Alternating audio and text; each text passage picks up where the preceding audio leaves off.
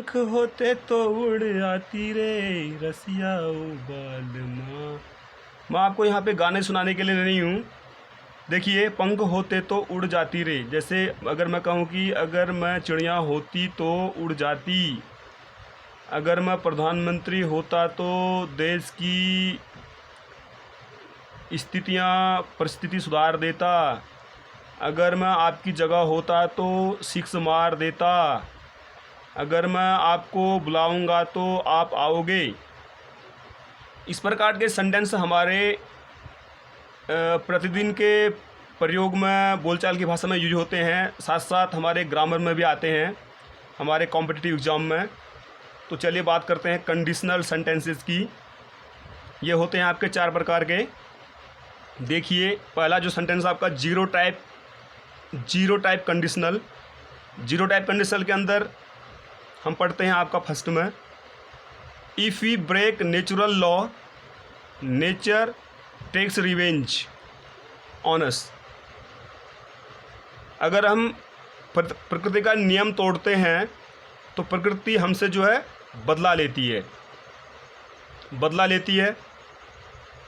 ये देखिए, आपका जो है ये नेचुरल लॉ है, जर्नल ट्रूथ है, आपका जर्नल ट्रूथ है। अब जो मैंने अंडरलाइन कर रखे ये आपके जो वर्ड हैं इनको देखिए, इफ़ यू ब्रेक, ये सिंपल प्रेजेंट का है, उसके बाद कॉमा, दूसरी क्लॉज यहाँ पे जुड़ी है आप कॉमा के बाद, nature takes revenge on us, प्रकृति हमसे बदला लेती है, ये भी आपका जो है टेक्स, ये भी सिंपल प्रेजेंट का है। दूसरा देखिए, if you throw the ball into the air, अगर आप गेंद को हवा में फेंकते हैं, it comes down on the earth, ये पृथ्वी पर, नीचे पृथ्वी को पर आ जाती है। अब ये देखिए आपका ये आपका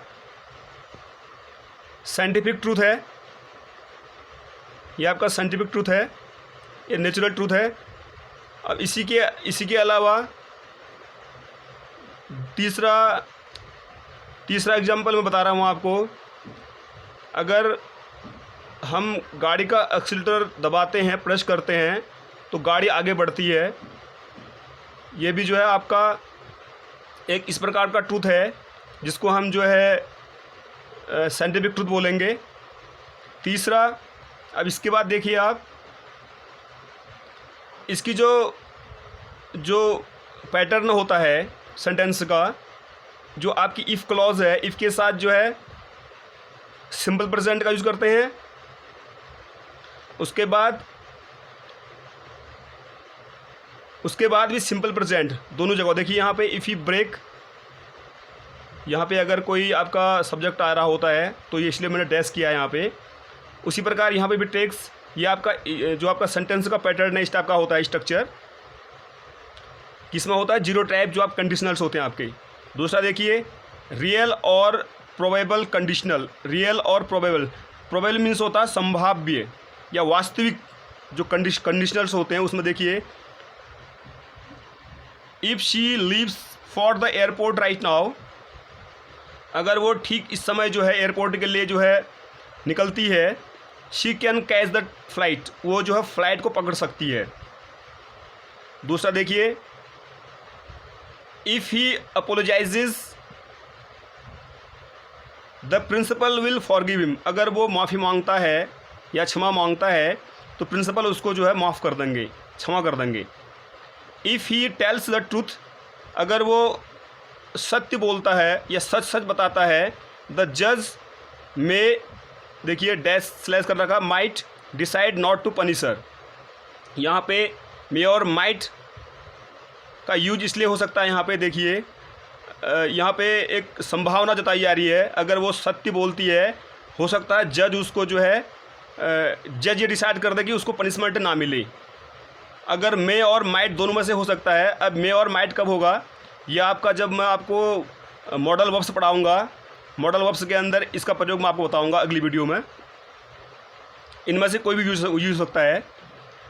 इसका जो सेंटेंस स्ट्रक्चर है आपका, इफ़ के बाद जो है सिंपल प्रेजेंट, और दूसरी वाली जो क्लॉज जुड़ेगी इसके साथ कॉमा के साथ, उसके साथ विल का प्रयोग भी हो सकता है, मे का भी, माइट का भी, कैन का भी, मस्ट का भी, प्लस जो आपकी वर्ब है, मेन वर्ब। जैसे यहाँ पे देखिए, द जज मे और माइट दोनों में से एक डिसाइड, डिसाइड आपका यहाँ पे वर्ब हो गया, नॉट टू पनिशर, ये वाला।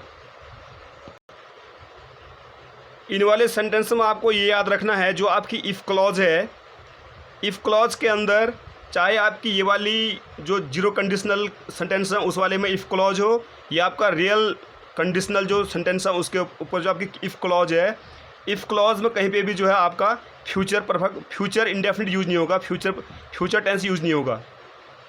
और जो आपका कॉमा के बाद जो उसकी दूसरी वाली क्लॉज है उसके अंदर जो है सेंटेंस के मूड के हिसाब से विल भी हो सकता है, मे भी, माइट भी, कैन भी और मस्ट भी हो सकता है।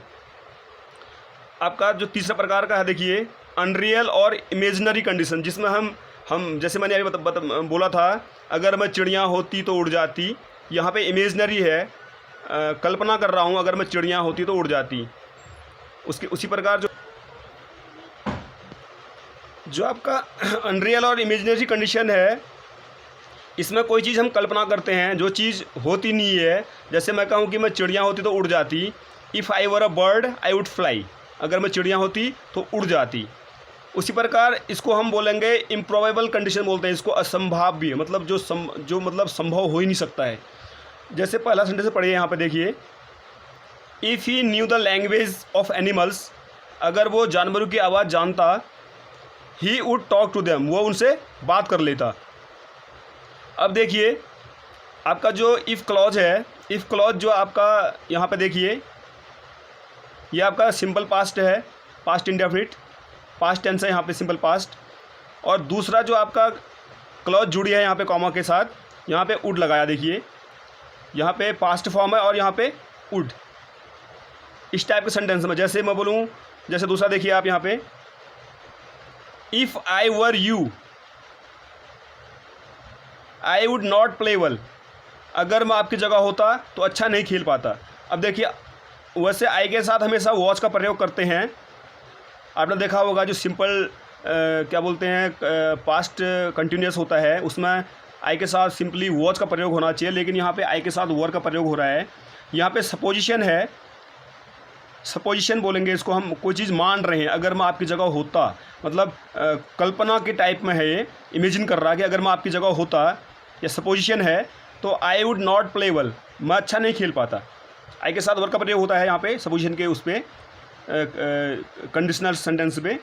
इसका जो सेंटेंस स्ट्रक्चर है देखिए आप यहाँ पे, इफ प्लस सिंपल पास्ट और would plus first form, would देखिए, उसके बाद प्ले फर्स्ट फॉर्म है यहाँ पे, और इफ़ के साथ इफ़ क्लॉज आपका उसके साथ जो है सिंपल पास्ट में ये न्यू यहाँ पे है, और आई के साथ मैंने बताया है आपको, अगर सपोजिशन हो रहा है कहीं पे, ही के साथ भी हो सकता है। जैसे हम बोलेंगे अगर वह प्रधानमंत्री होता तो देश का भला कर देता, या देश के लिए अच्छा कर लेता। If he were a prime minister he would do better for the country, he would do something better for the country. इस टाइप से कह सकते हैं हम। ही के साथ भी वर का प्रयोग हो सकता है, आई के साथ भी हो सकता है। कैसे होगा? जब हम कोई चीज़ सपोजिशन कर रहे हैं, कोई चीज़ मान रहे हैं। नेक्स्ट देखिए आप, ये लास्ट टाइप है आपका इम्पॉसिबल कंडीशनल। इसमें जो है कोई भी चीज़ इम्पॉसिबल परिस्थिति की जो है की ओर इशारा करती है, कि जो चीज़ जो है कोई चीज़ पास्ट में आपसे हुई, नहीं हो पाई, लेकिन उसके बारे में आप सपोज कर रहे हैं कि अगर ऐसा होता तो ऐसा हो जाता, लेकिन वो चीज़ असंभव होता है, वो होता नहीं है। यहाँ देखो सेंटेंस पढ़ते हैं हम पहले, if we had worked hard we would have topped our classes. अगर हमने मेहनत की होती, हमने कठिन परिश्रम किया होता, क्या होता? We would have topped our classes, हमने अपनी क्लासेस टॉप कर ली होती। जैसे 3-4 दोस्त बैठे हैं, वो सारे आपस में बात कर रहे हैं, उनके मार्क्स कम आए, वो सोच रहे हैं कि अगर हमने सबने मेहनत की होती अपने तरीके से, तो हम सभी जो है अपनी अपनी क्लास को टॉप कर लेते। अब यहाँ पे न उन्होंने मेहनत की और न वो क्लास को टॉप कर पाए, ये इम्पॉसिबल है। वो उस चीज़ के बारे में वो उस चीज़ के बारे में सोच रहे हैं जो चीज़ जो है संभव नहीं हो सकती है, जो संभव है ही नहीं, इसको बोलेंगे इम्पॉसिबल कंडीशनल। इस टाइप के सेंटेंस में देखिए आप, मैंने यहाँ पे जो है अंडरलाइन कर रखे हैं इनको, अभी I will explain you later. दूसरा देखिए, if I had studied law, अगर मैंने कानून की पढ़ाई की होती या कानून की पढ़ाई कर लेता या कर चुका होता या कर लेता, I would have become lawyer, मैं लॉयर बन चुका होता। अगर मैंने कानून की पढ़ाई की होती तो मैं लॉयर बन गया होता। अब देखिए, न मैंने कानून की पढ़ाई की और न मैं लॉयर बना, मतलब दोनों चीज़ें असंभव है। अगर कानून की पढ़ाई नहीं की तो लॉयर कौन से बनेगा? ये जो है इम्पॉसिबल कंडीशनल के अंदर ये चीज़ें आती हैं। तीसरा, अब जो आपका देखिए जो तीसरा कंडीशनल है, इसमें इफ़ की जगह हम हैड का प्रयोग भी कर सकते हैं। वैसे जो आपका हेल्पिंग वर्ब मानते हैं, आपका जो पास्ट परफेक्ट है, आपका पास्ट परफेक्ट में जो है हेल्पिंग वर्ब आपकी हैड होती है, उसके बाद थर्ड फॉर्म लगती है। लेकिन यहाँ पे हम हैड को पहले लगाने के बाद जो है इफ़ को रिमूव कर सकते हैं। जो इफ़ है आपका, देखो जो इफ़ है आपका, इफ़ की जगह हम हैड का प्रयोग कर सकते हैं। अगर इसको हम कहना चाहे हैं, if I had studied law I would have become lawyer, इसकी जगह हम इसको भी कर सकते हैं, हैड आई स्टडीड लॉ, अगर मैंने कानून पढ़ा होता या कानून की पढ़ाई की होती, I would have become lawyer, मैं वकील बन गया होता। इस सेंटेंस को हम ऐसे भी कर सकते हैं, इस सेंटेंस को हम ऐसे भी कर सकते हैं, had we studied worked hard, had you worked hard, अगर हमने मेहनत की होती। इफ़ की जगह हम हैड लगा सकते हैं। हैड अगर हैड हम जो है सबसे पहले लगा रहे हैं, इसका मतलब वो इफ़ को रिप्लेस कर रहा है, वहाँ पे कंडीशन आ जाती है। और जो इसका स्ट्रक्चर, जो सेंटेंस का स्ट्रक्चर है, उसका पैटर्न है, देखिए इफ़ के साथ जो है आपका पास्ट परफेक्ट आएगा। देखो पास्ट परफेक्ट आपका हैड के साथ third form study, past perfect है, प्लस वुड ऑब्लिक कुड भी हो सकता है। यहाँ पे मैंने वुड के लिए दे रखा, कुड भी हो सकता है। अगर मैं कहूँ कि अगर जो है मैंने पढ़ाई की होती तो मैं फर्स्ट आ सकता था, अगर ऐसे कहूँ तो यहाँ पे कुड का प्रयोग कर सकते हैं हम वैसे। उसके बाद जो है पास्ट पार्टिसिपल है। पास्ट पार्टिसिपल क्या होता है, मैंने अगली वीडियो में बताया था आपको। पास्ट में third form of main verb, जो थर्ड फॉर्म होती है मेन वर्ब की, उसको पास्ट बोलते हैं। जैसे यहाँ पे देखिए, हैव बिकम, बिकम, ये थर्ड फॉर्म है, third form of main verb है। ये होने के लिए लॉयर हो जाता, लॉयर बन जाता, होने के लिए, बनने के लिए है, third form of main verb है, तो इसको हम पास्ट पार्टिसिपल फॉर्म भी बोलते हैं। देखिए एक बार और, जो जीरो टाइप कंडीशनल मैंने बताया था, उसमें यहाँ पे मैंने लिखा, देखो it can be replaced, if can be replaced by one. जो आपका इफ़ है यहाँ पे, इसको वन भी रिप्लेस कर सकते हैं हम, यहाँ पे वन भी आ सकता है। केवल जीरो टाइप जो कंडीशनल सेंटेंस होते हैं, यहाँ पे इफ़ को हम रिप्लेस कर सकते हैं वन से। लेकिन जो दूसरे सेंटेंस है आपके, यहाँ पे आपके जो रियल सेकंड टाइप के या थर्ड टाइप के, उसके बाद चौथा है जो अब हमारा यहाँ पे, इसमें कहीं से कहीं तक जो आपके इफ़ को रिप्लेस वन नहीं करेगा।